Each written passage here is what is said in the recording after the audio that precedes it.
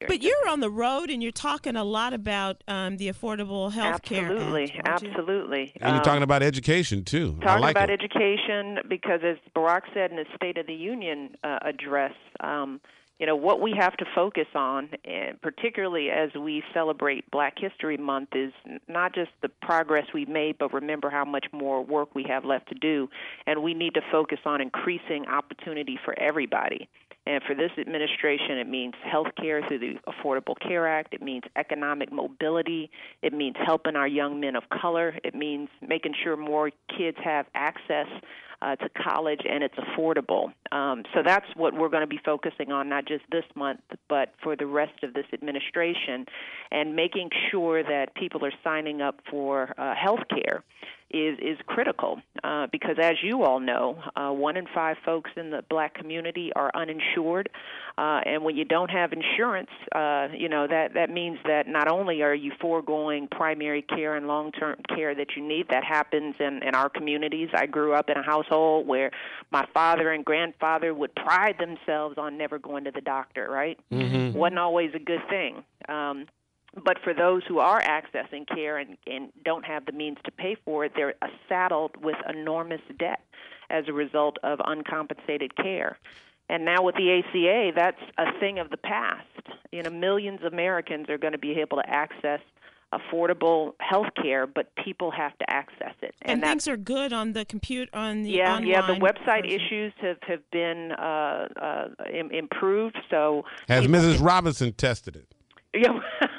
That's what I need to know. Yeah, I need to check in and see if she can work it. If she can work it, I know it's fixed. Then it's user friendly. Yeah, it's but user we've friendly. talked to a lot of people who have found that going on it's easy. The language on the website is easy to understand, but it's important for people to know that the website provides people with access to private insurance plans. I mean, there's a myth out there that somehow the ACA is about government insurance. But these are just giving people options to affordable plans where private insurers are competing with each other. And because they're competing and everybody can look and understand what one insurance plan is offering versus another, it makes them more competitive, which means that the costs come down. So right now, the average person can get insurance for less than $100 a month.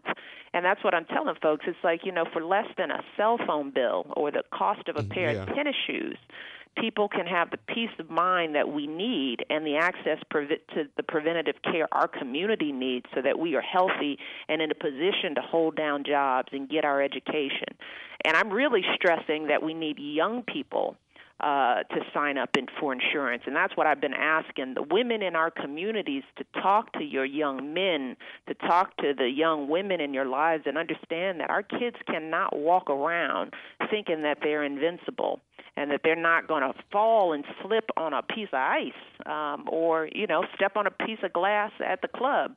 And if you don't have insurance, you're going to go to the emergency room and you're going to walk out with thousands of dollars of debt that will stay with them for life, which is what's happening in our community. People, as I said, are saddled with uncompensated care, and there's just no reason for it now. I'm trying to tell young people, you have to insure your car in this country, correct? Mm-hmm. Why do we treat our cars better than we treat our bodies? Yeah. And that's one of the things that I want to encourage your listeners to do. That if you're listening and you have health care, but you know that there's somebody in your life, a young person in particular, who thinks, no, I don't need it, I don't want to spend that money, you got to shake them and make them understand that this isn't a joke. And that we never know what curveballs life is going to throw us. And now we don't have to guess. We don't have to pray and hope that things will go okay.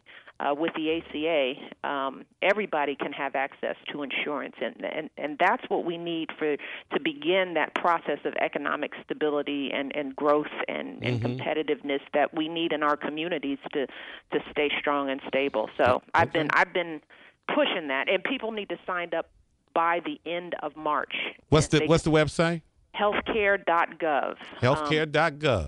But people who aren't comfortable with going online, there's a phone number. I know you guys have that. I won't waste that. People can call. They can get in-person one-on-one assistance. They can go into community health clinics who are all working to get people signed up if they want to sit down with somebody. There are a lot of providers out there that are reaching out, and I just urge people to, if they aren't comfortable going online, they can do this in person as well, and they can use the phone number to find out how to get help in their area. All right. But we have to get our folks signed up for insurance. All right, Ms. First Lady.